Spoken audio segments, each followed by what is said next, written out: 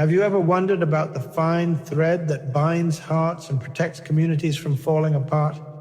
It is social peace which the prophetic message made as sacred as the sanctity of the ancient house. In a time when the voices of discord have risen and the shedding of blood has become content dominating screens, Muhammad, peace be upon him, stands with decisive words to draw a clear line between belonging to Islam and chaos, saying, "Whoever takes up arms against us is not one of us." These words are not merely a rebuke, but a declaration of disavowal from the path of violence.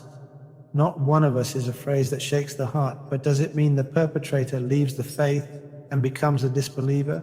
Here the voice of knowledge and sound understanding intervenes. Scholars have explained that not one of us means not following our way or our guidance, not among the people of our character or our mercy.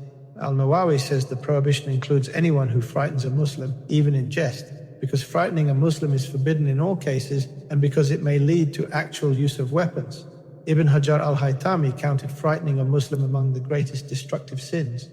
If joking with weapons is forbidden with such severe warning, what about one who violates his brother's blood, property and honor? This is not a matter of scholarly disagreement, but an issue the Prophet, peace be upon him, decisively settled.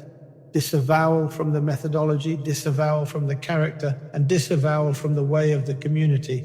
Know that whoever uses their strength to harm their brother and spread terror in a safe place has abandoned the way of the believers, who are like a solid structure supporting one another. Muhammad, peace be upon him, raised a nation that carries mercy to the world, not weapons against each other. He also said it is not permissible for a Muslim to frighten a Muslim. So what of those who raise weapons against them? What of those who threaten people's security and stability? This prophetic guidance is a foundation for protecting societies from division and preserving security, which is the basis of all progress.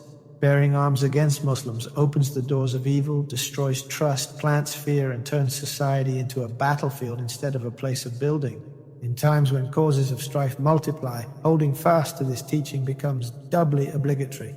The true believer is one who withholds harm from people, protects their blood, and becomes a pillar of safety, not a source of fear. The Prophet, peace be upon him, said, "A Muslim is one from whose tongue and hand other Muslims are safe." How can they be safe from his hand if he bears weapons against them? Remember that true strength lies not in violence, but in self-control when angry, and in protecting homelands, not destroying them. Be the impregnable fortress for your community's security, and be a living example of the message of peace that the Prophet, peace be upon him, was sent with. Nations are not built with bloodshed, but with safety and love. Security is a priceless blessing, and its loss is an irreparable catastrophe. This is a message from the distant past, yet its light illuminates our path today when we disagree, when we dispute, and when our passions flare. This red line must remain unbreached. No weapons against Muslims. Preserve your security and God will preserve you. May God make us and you a source of security and peace.